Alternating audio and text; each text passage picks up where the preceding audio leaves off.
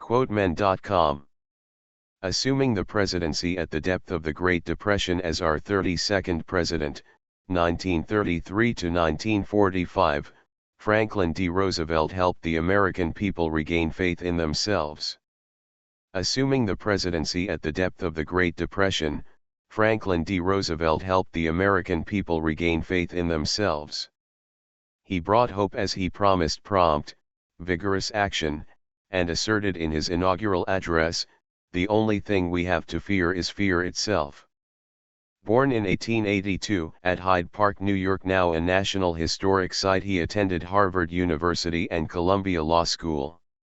On St. Patrick's Day, 1905, he married Eleanor Roosevelt.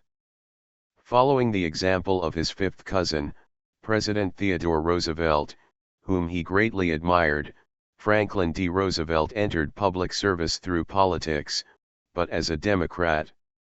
He won election to the New York Senate in 1910. President Wilson appointed him Assistant Secretary of the Navy, and he was the Democratic nominee for Vice President in 1920. In the summer of 1921, when he was 39, disaster hit. He was stricken with poliomyelitis. Demonstrating indomitable courage, he fought to regain the use of his legs, particularly through swimming. At the 1924 Democratic Convention, he dramatically appeared on crutches to nominate Alfred E. Smith as the Happy Warrior. In 1928, Roosevelt became governor of New York.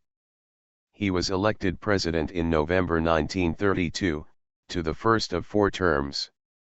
By March there were 13 million unemployed, and almost every bank was closed.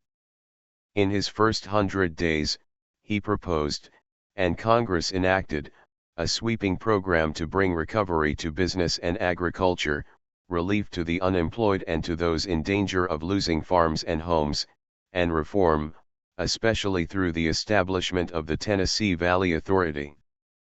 By 1935 the nation had achieved some measure of recovery, but businessmen and bankers were turning more and more against Roosevelt's New Deal program.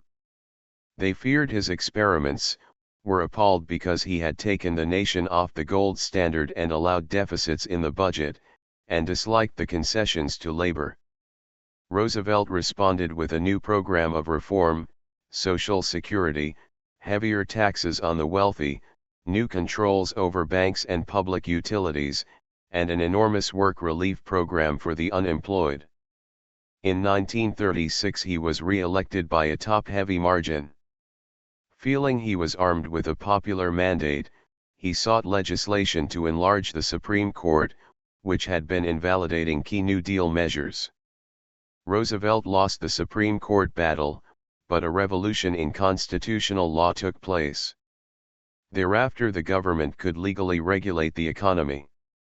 Roosevelt had pledged the United States to the Good Neighbor policy, transforming the Monroe Doctrine from a unilateral American manifesto into arrangements for mutual action against aggressors.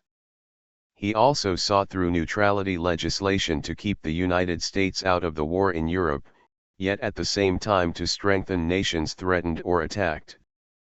When France fell and England came under siege in 1940, he began to send Great Britain all possible aid short of actual military involvement.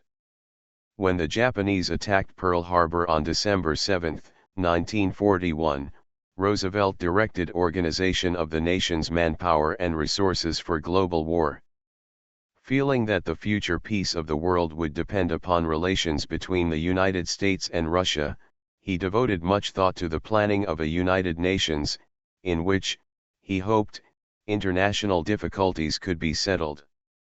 As the war drew to a close, Roosevelt's health deteriorated, and on April 12, 1945, while at Warm Springs, Georgia, he died of a cerebral hemorrhage.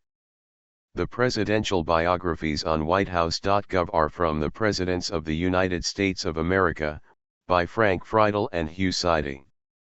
Copyright 2006 by the White House Historical Association. Thank you for listen. For more visit www.quotemen.com.